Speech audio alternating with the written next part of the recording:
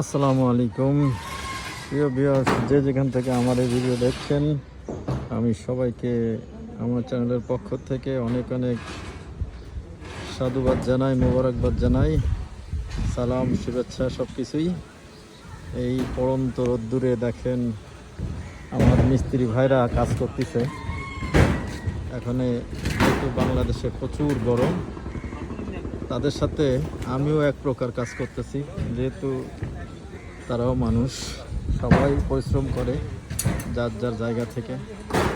এবং এই যে আমার ছাদের পরে একটা কি সুন্দর আম গাছ, প্রচুর আম ধরছে আল্লাহর অশেষ মেহেরবানিতে। সাথে একটা ভেমরুলের চাকও আছে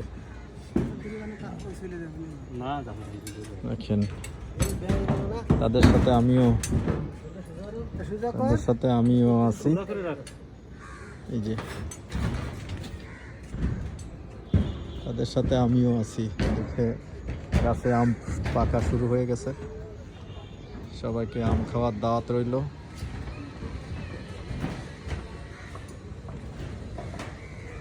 এই পড়ন্ত রোদ্দুরে আসলে কি কতটুকানি বিল্ডিং করে সেটা বড় বিষয় না, বড় বিষয় হচ্ছে নিজের কাজ সবার সঙ্গে থেকে আনন্দ করে, এটাই হচ্ছে সবচেয়ে বড় বিষয়।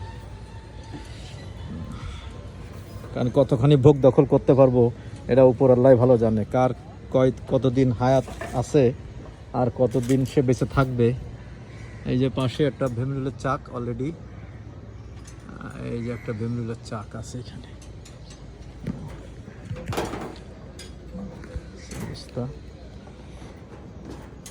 এই যে আপনাদের সাথে আমিও কাজে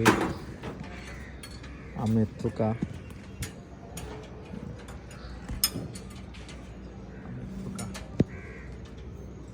থোকায় আম ধরেছে। শরীফ ভাই একটাও ছিঁড়ে খাচ্ছে না। হ্যাঁ, আমার সব থেকে বড় বিষয়, আমার গাছে অলমোস্ট 1-1.5 মণ হবে, 1-1.5 মণ আম আছে, কিন্তু ওনারা একটা দিনও একটা আম ছিঁড়ে নাই। খাইতেও বলেছি অনেক সময় যে একটা যদি খাইতে মন চায় খান, অসুবিধা নেই, কিন্তু মনের ভুলেও একটা ছিঁড়ে খায় না। যাই হোক, হ্যাঁ, আমাকে তারা খুব রেসপেক্ট করছে, বিশেষ করে আমাকে না, আমার আমকে। হ্যাঁ, যে এত দূর পরে বেড়াতে আসছি দেশে, যার কারণে তারা ইচ্ছে করে আর ছেড়ে নাই। তো যাই হোক, সবাই ভালো থাকবেন, সুস্থ থাকবেন, আমাদের সবার জন্য দোয়া করবেন। আমাদের ভাইরা যারা কাজ করতেছে তাদের জন্য, আমার জন্য, সবাইকে দোয়া করবেন, এই আশা রেখে আজকের মতো এখানে বিদায়। আল্লাহ হাফেজ।